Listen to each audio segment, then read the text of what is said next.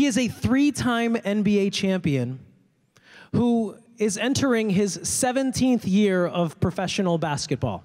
16 in the NBA, all 16 of them so far with the Miami Heat. He is a Florida Gator legend and Gator fans, all right, Gainesville.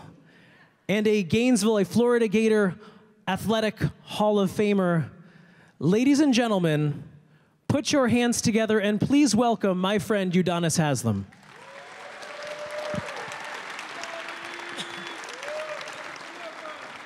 Yes, sir. Thank you. Hello. I figured the only way for me to not look so small is to stand up while you're sitting. Yeah. Udonis, welcome to Springfield. Thank you for having me. So I'm curious, we're gonna go through your career beginning to end, and there are some really awesome twists and turns that I'm excited for you to talk about. But before we do that, I follow you on social media, so I know how busy this summer has been for you. But I want to talk about this as a man who's going into his 16th NBA offseason. How is this offseason, this particular one as a 38-year-old man, different than the ones you were going through when you were 23? I mean, every summer for me, as you get older and older, it just becomes harder and harder. Every summer I take less and less time off as far as, recovering, from NBA season. As you get older, it's just harder to get back in shape. So for me, it's really no days off at this point, in my career. Dwayne and I, literally as soon as the season over, we're back in the weight room the next day, just working on our body. No basketball stuff, no getting up and down, but just working on our body, keeping ourselves, physically ready, whenever our number's called. So there is some truth to that then. At some point, the older you get, the harder it is to recover and just to get back. I mean, the recovery time has to be after the beating you take in 82 games, or, if some seasons don't go the way you want and you don't play 82 games, the recovery is really the hardest part at this point. Oh yeah, most definitely. I think back in my younger days, early on in my NBA career, the season was over, I would take literally a month off, just a month. I take a month off now, I might as well retire. Right. Yeah, I take a month off now, it's over. So, it's just a constant continuing to just work, being mentally, tough to get up every morning and go out there and push yourself. And, not knowing, every summer is a decision for me to make. Am I going to play again? What's the next step for me? But regardless of what my decision is, I still continue to work. And basketball is better because you continue to work. I have enjoyed since day one the Udonis Haslem story, and we're going to talk hopefully a little bit about next year towards the end. But I want to go back to the earliest part, when the world started to really fall in love with the Udonis Haslem story, which is to say high school. You were one of the centerpieces of one of the great Florida high school basketball dynasties of the last 50, 60, 70 years. You and Steve Blake, a head coach by the name of Frank Martin, who's now the Gamecocks head coach. My wife makes me say that, she's a Gamecock. Oh, wow.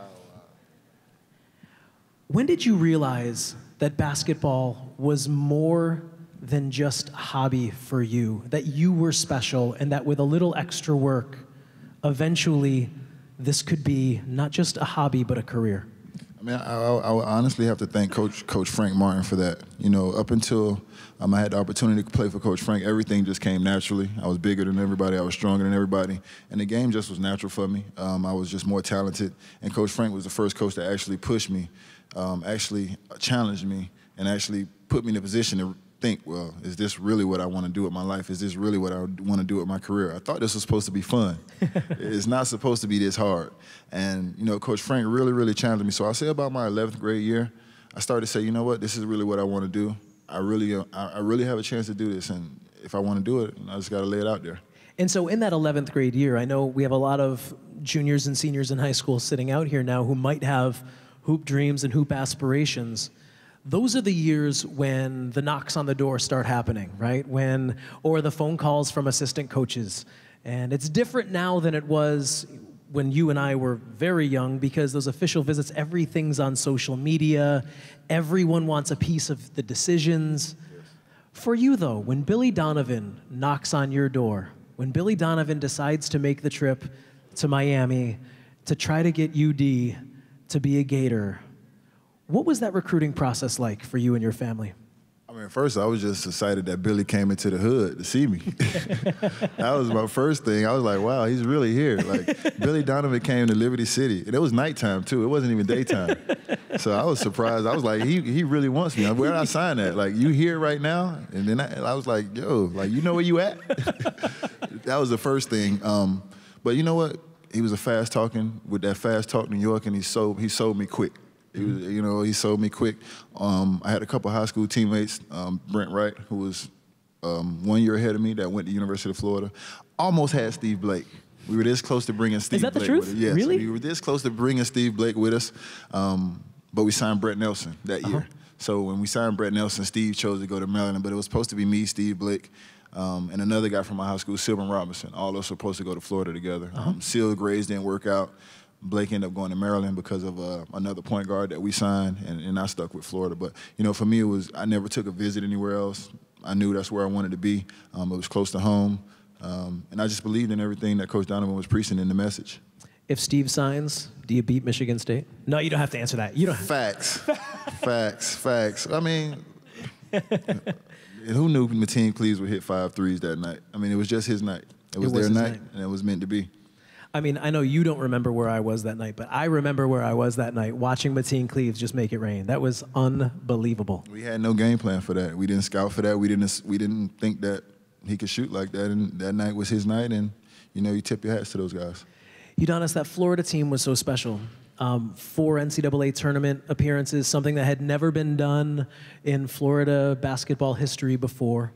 You have that 1 championship appearance. And yet still on draft night, and I'm a hoop head, I'm a draft junkie. I remember being so surprised when not a single Gator's name was called that night. Can you talk to us about that night and watching, obviously the first 12, the lottery, you can pretty much figure out what's gonna happen. But then as not a single one of your names was called, how did that night sort of help to shape the Udonis Haslem that's sitting there right now? I mean, for me, like you said, to have so many, personal accolades, and to also not just have personal accolades, but to lead a team to the NCAA tournament. And I had teams that said they would draft me, and then when it was time to draft me, they just didn't. So I was disappointed, but it was a turning point in my life, a turning point in my career. And honestly, to say if that night goes differently, and if I do get drafted, I might not be here today having this conversation with you. So I just believe everything happens for a reason. I believe I was put in that situation to go all the way around the world to come back to Miami and be able to help my city. So I think it was a reason for that.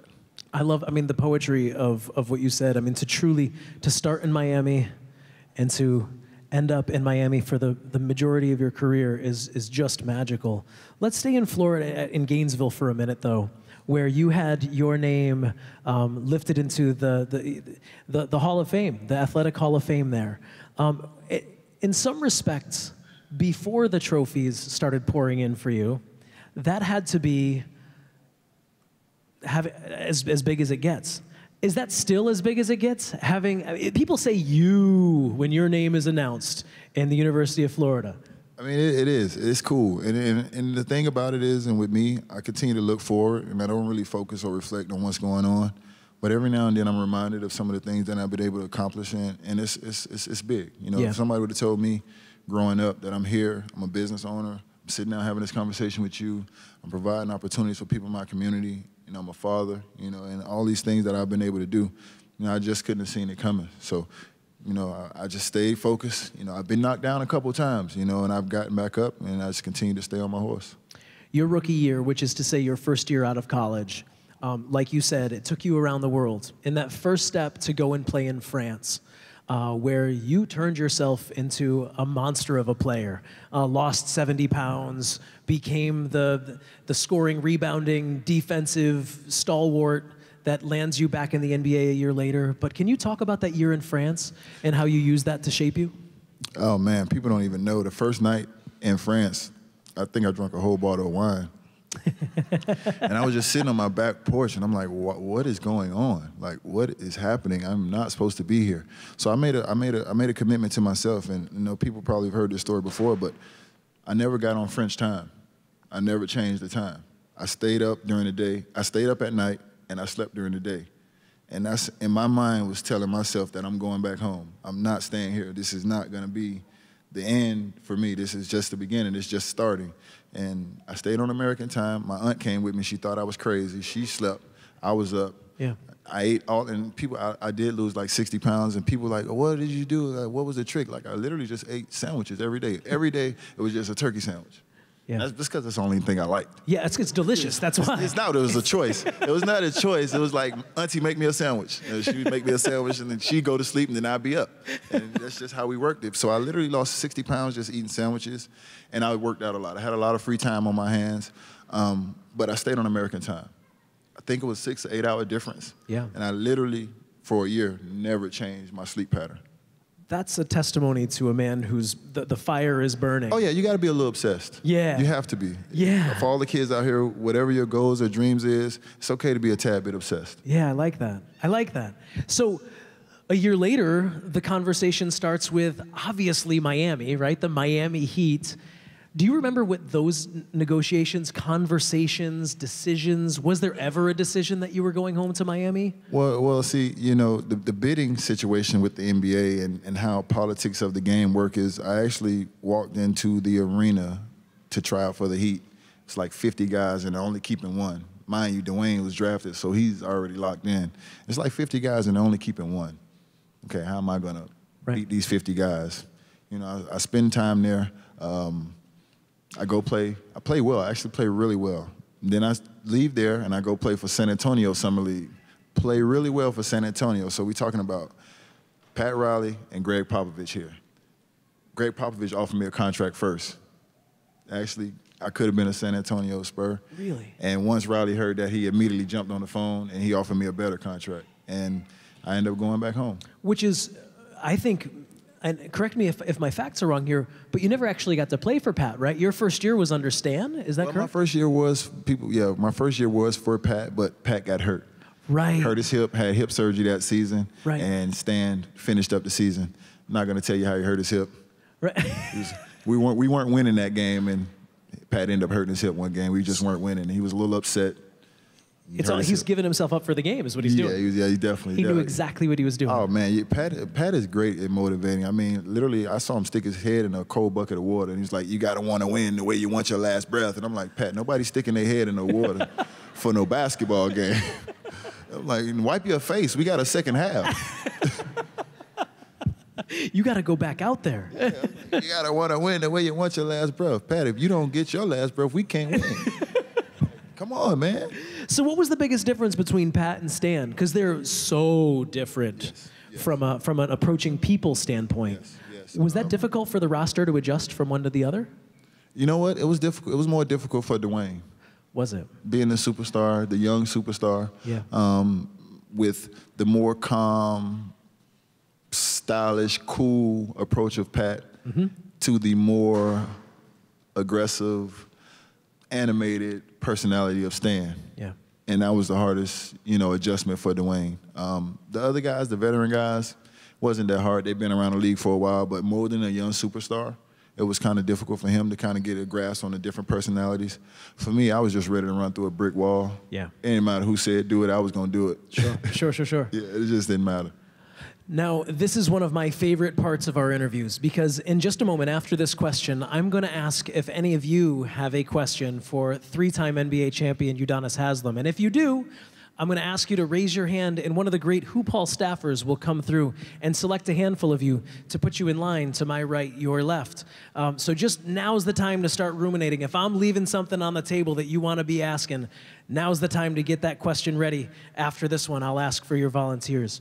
So your career has by far been one of the most consistent of NBA stars in your generation, in our generation, in the 21st century. 3 titles across, I said it in the intro, one of only 4 teams to win 3 titles. You played with Shaq, with Brian Grant. You've played with LeBron, Dwayne Wade for a lot of years. You played with Bosh. I could go on and on. How do you separate those 3 trophies in your head? Which one, they each have their own different characteristics. So how do you file those away when you think about them at night? The first one is always going to be the best. Yeah. The first one, Nobody expected us to be able to do that. Coming back from down 0-2 against Dallas, you know, the night before the championship game that we won, me and Dwayne didn't sleep. You know, just nerves and, you know, just couldn't get comfortable. And the way he was able to come out, and I think he scored 30-something, and I was able to come out and score, I think I had 17 and 10, or I had a double-double or something. So, you know, that's always going to be my baby. That's always going to be my favorite. The second one with LeBron, people think it's easy playing with LeBron, and he's the greatest player in the world, but you have to understand, when you're playing with LeBron, people are going to force other guys to beat them. So you're going to be put in a situation as a role player or as a guy that's playing with LeBron where you're going to have to make and take big shots in order for your team to win. You know, because people are going to say, we're not going to let LeBron beat us. This guy has to beat us. Yeah. That guy has to beat us. We can't let LeBron beat us. So when you're playing with LeBron, being the greatest player in the world, you have to be ready. You have to be ready. You have to be ready to step up when your moment's called. And I think the most memorable thing about those runs with that LeBron team was the shots made by Mike Miller, the shots made by Shane Battier, the rebound by Chris Bosh, the shot made by Ray Allen, you know, the shots that I made in the Indiana series. You talk about playing with those great teams and those great guys, but we had great role players, and that was one of the best teams to play with. You know, people talk about, you know, the big three, and we called ourselves the little 12. You know, so you had the big three and you had the little 12. You know what I'm saying? The big three couldn't function without the little 12. We were special ops. You know, we come in and do all the dirty work, and then the big three get all the credit. The little 12. I like that. I think we should. I mean, I know you're a businessman. There's room for the little 12 swag. Oh, we still keep that going. Me, Shane, and Mike Miller, we talk about that all the time. Mike Miller, who, I mean, again, I failed to mention it, but Gators. Go Gators, exactly. Those are great teams. So if I played with Mike too. You forgot about we did have a good team, right? We had a great team. Like I said, I remember where I was that night. So if you have a question for Udonis Haslem, you may raise your hand now, and one of the great Hoop Hall staffers will circulate through and choose a handful of you to, in fact, ask those questions. So now you're currently a free agent, which at a different stage in your career might feel like pressure. But I think at our age, we're roughly the same vintage, there's actually some freedom there, right? You can make the decision. You chose to go back, right, last year for a one-year deal with Miami. You're a world traveler. You've got a family. So looking ahead, how are you approaching this offseason from a business standpoint versus the way that it's come before? You don't have to force anything, do you? Not at all. I'm just being more patient this summer. Yeah. I'm not being consumed, you know, with that decision. You know, I'm just diving into my family. Yeah. You know, I spend a lot of time with my boys. My son had a baseball tournament, just came from there, flew straight here. My oldest son is home from college. He plays football at University of Toledo. And I have a young guy that's a 7-year-old that's a pretty good basketball player. So, you know, the things I'm doing differently this summer is just really not overwhelming myself with that decision. That decision will be there, you know, the Heater family. Yeah. You know, and family's always going to be there. The league is in such good hands. As someone who's watched it now for 40 years, how do you see the league being different in 2018 versus how it was when you came into it in 2001, 2002, 2003? You got to think about these teams that are being put together. You know, these teams that are being, created. You know, these super teams or whatever they call them. I mean, you know, we had the big 3 and the little 12, but, you know, now guys got the big 5. Yeah, the little 10. Yeah, you got the big 5 and the little 10. And, you know, so I don't think it's bad for the league, though. Some people think it's bad for the league. I don't think it's bad for the league at all. I think people are going to want to show up and see those shows. The thing about us is when we play, you know, you either showed up to watch us win or you showed up to watch us lose, but you still bought a ticket. You know, so you're going to either show up to watch Golden State win or you're going to show up to watch them lose, but you're going to show up. That's the truth. You know, and Bron going out to L.A. makes the West stronger. You know, the East is wide open right now. You know, and I think a lot of people feel like, you know, it's Boston's to win, and Boston definitely played well last year, but the East is wide open right now. And, you know, I wouldn't be surprised if there's some more free agent splashes that's going to happen in the East, too. I like hearing that. All right, I only have one more question before the hard ones get asked. Here's the hard ones. These are the fastballs on my right here. Bring them on. The bullpen.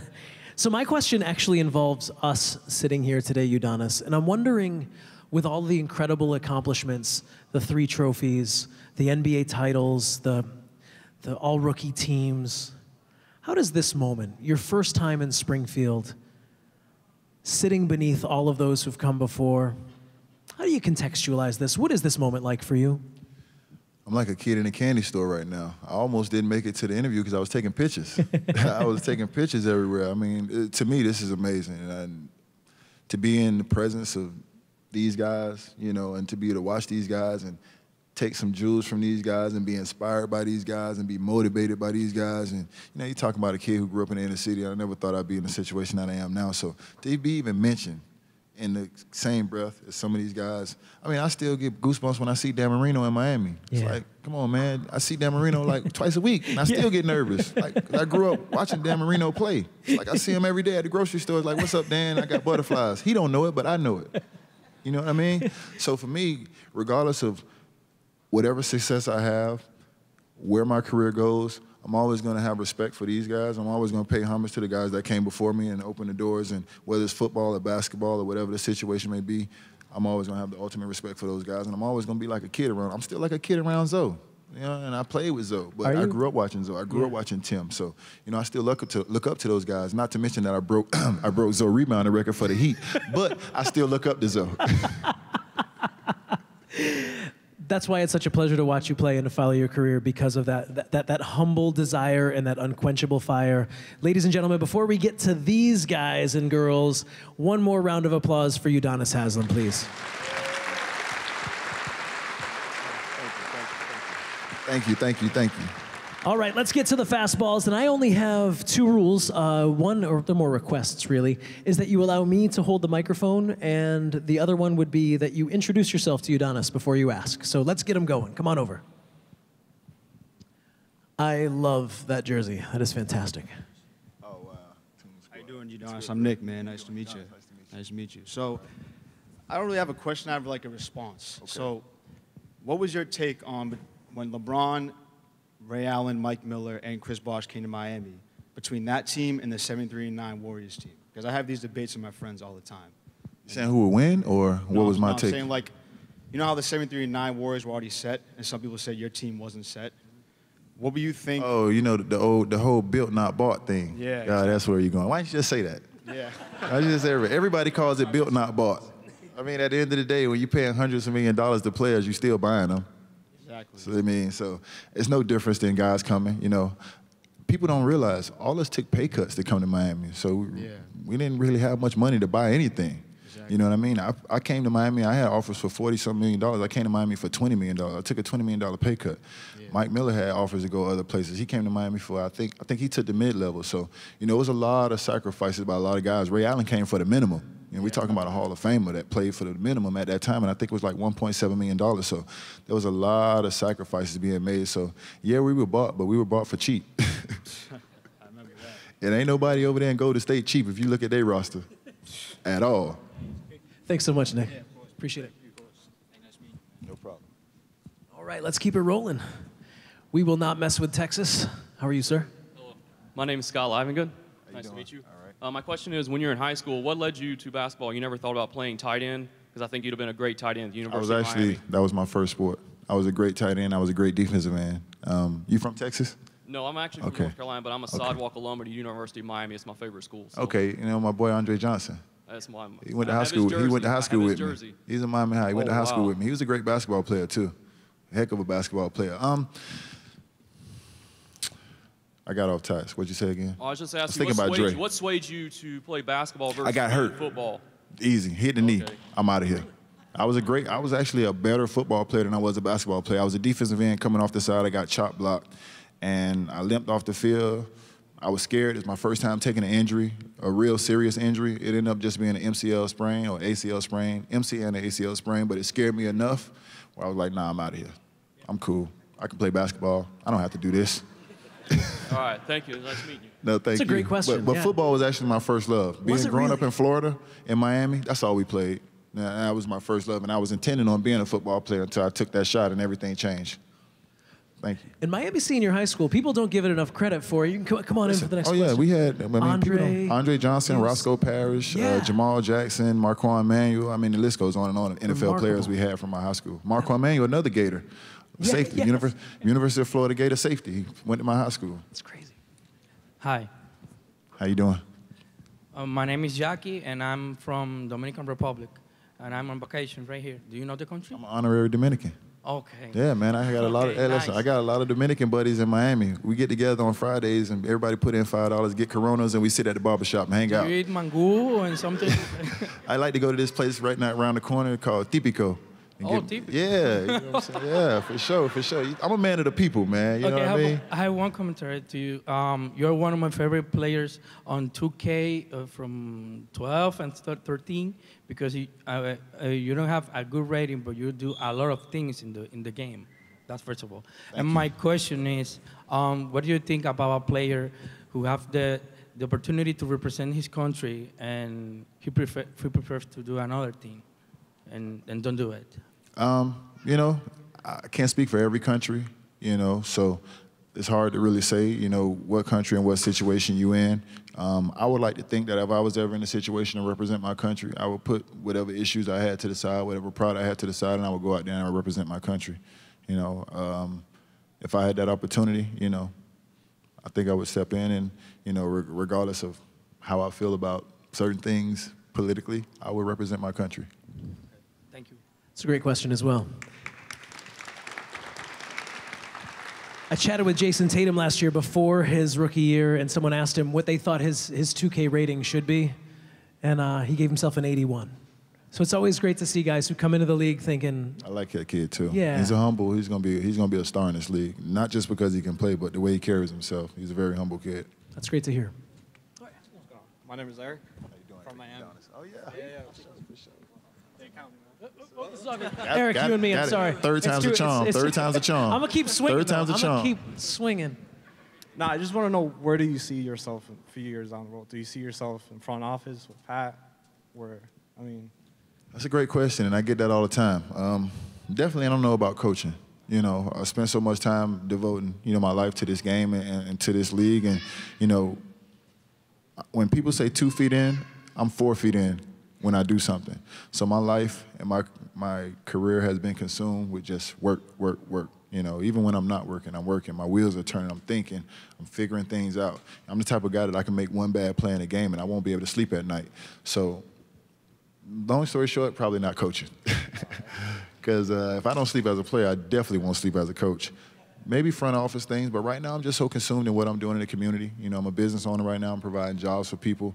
And so I'm just doing a lot of things around the city of Miami right now. But I'm definitely going to be tied to that organization forever, and I'm going to do something to continue to put that organization at a championship level, however that is. Thank you for that. No problem. Thank you. And that dad game don't quit either. That dad game does not take a day off. No, sir. I'm good. I'm Jeff. Jeff, pleasure.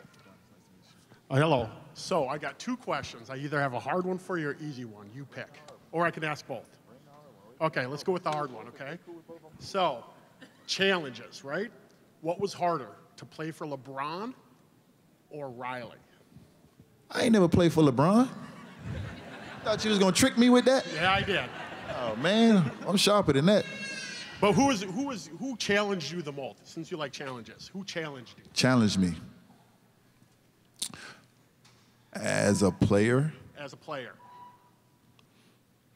nobody challenges me more than I challenge myself. Nice. That's Nobody. good. Sometimes I think about how people challenge me. Sometimes I think about how people challenge me, and I'm like, that's not even good enough. You know what I mean? So before Pat or Bron or anybody can say anything to me, I've already said it to myself. Nice. And nobody's harder on me than me. Right. So by the time they come around, I done already figured it out, and whatever they say just bounces off. Nice. All right, last question, really quick. Tell me about your shoe collection. Do you have shoes?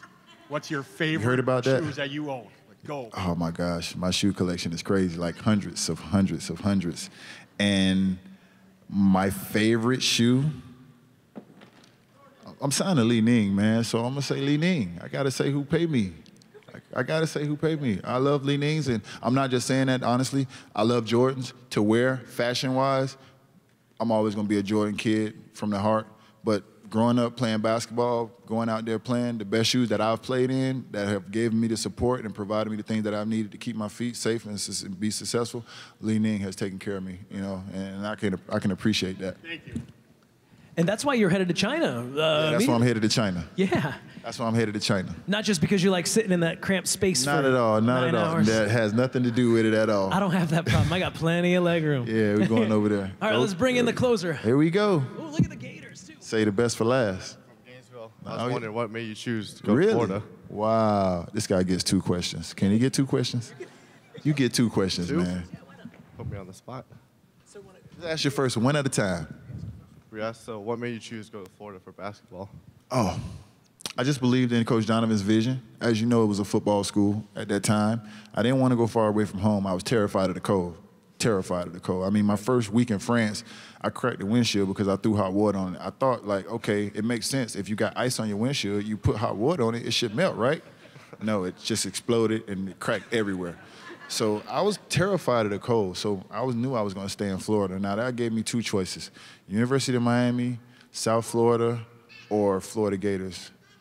I knew I was the kind of kid that needed to get away from Miami. I was not the kind of kid that can play basketball in the city where he was born and raised and my friends. So that left South Florida. They stunk, so they were out. So, you know, it was Billy Donovan and his vision and the recruiting class, Teddy Dupay, Mike Miller, myself, Ladarius Halton. I mean, the recruiting class was crazy, one of the top 5 recruiting classes in the country. So it made a decision easy for me. Praise God you joined us. But It was amazing. What did it feel like to win the finals your first year? The NBA Finals was like a 1,000-pound weight lifted off my shoulders because I was going through life with people telling me what I couldn't do for so long. Even though I never really listened, I continued to work hard. You still hear the chatter. You still hear the talk.